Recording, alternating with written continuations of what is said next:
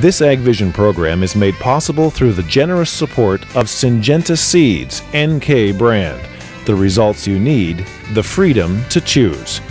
And by Farms.com, ag news, market prices, ag careers, and farm real estate. You'll find it all at Farms.com. And by FarmCenter.com. It's the only farm management resource center you need. On-the-job accidents and death in agriculture have remained unacceptably high for generations. As casualties decline in mining and construction industries, it can be difficult to demonstrate that safety has improved much on the farm, even with advanced safety equipment and extensive education programs, even declining numbers of producers. However, the good news is that we may be seeing a change in the attitude towards safety on the farm.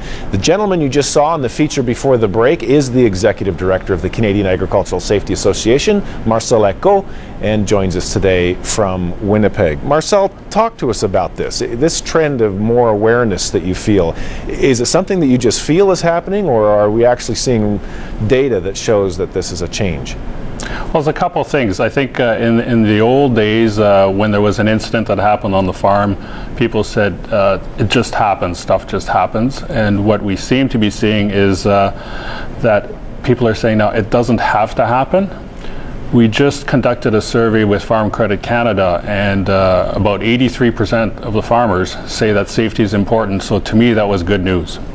And that's a departure from what we've seen in the past? And this is probably the first time we've done that safety survey. At CASA, we were using it to benchmark how our activities were going to go forward. And one of the things we wanted to see is, are farmers even interested in safety? And that survey proves that most of us in farming are interested in safety.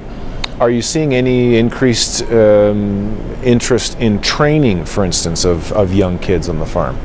Well, again, with that survey, we asked some questions on what they would be interested in and which areas of focus. And number one that came up was they wanted to keep their children safe.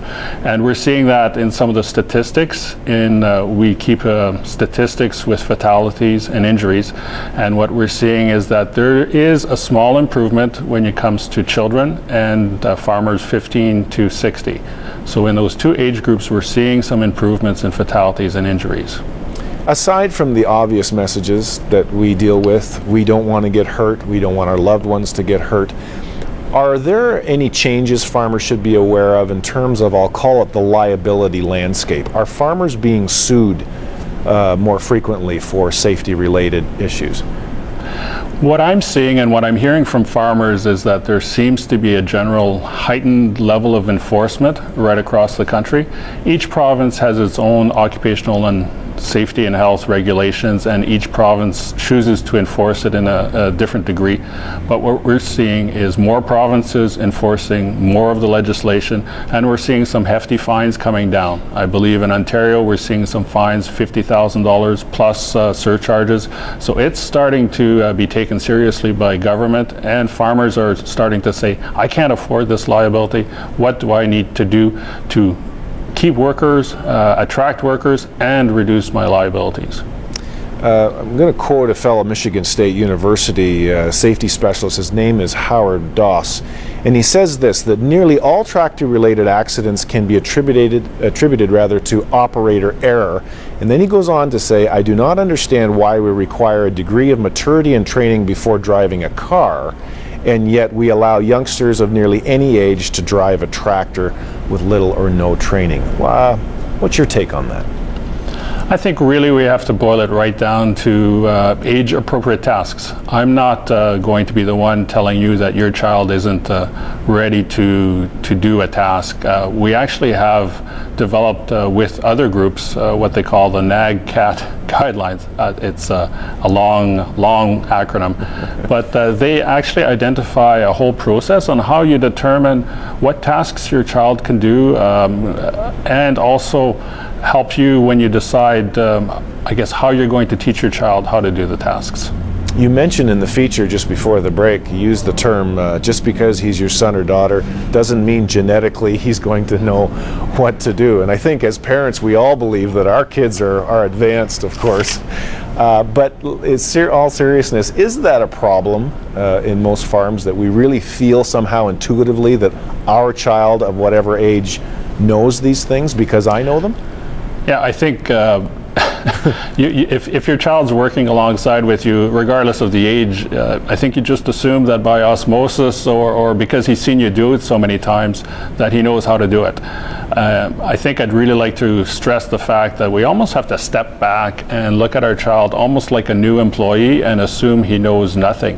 And just go through the steps of why you're doing what you're doing, what the hazards are, and how to do it right. Are we seeing any significant changes with regard to safety in children statistically? More accidents, less? More fatalities, less? When we started our surveillance back in 1990, we had actually 26 cases of children that died on the farm. And that's the bad news. The good news is that it's decreased somewhat. We're running around 10 children each year that still die on farms. So although that's an improvement, we're still seeing 10 of those children dying on farms, and we know 8 of them are going to be boys. And what you alluded to that in the feature, and why is that? I think it's just a matter of, well, maybe boys want to be with their dads. Perhaps dads figure the only way that the boy is going, or that they'll pass on the love of farming is by including them on the tractor. Unfortunately, what we're seeing, most of the children are dying because they're either getting run over by a tractor or rolled over by equipment. So sometimes just as bystanders, that's where the incidents happen.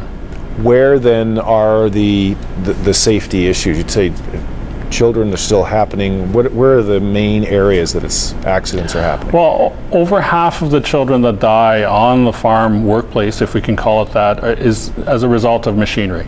And then it drops quickly down to drownings, and I assume that's to drug outs, to pools of water, and then it comes from interaction with animals.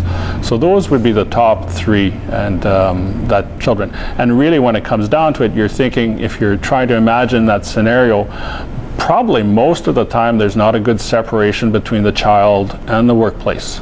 And that's why they're in the workplace and they're either not seen, they're small, large animals, large tractors, and that's when it happens.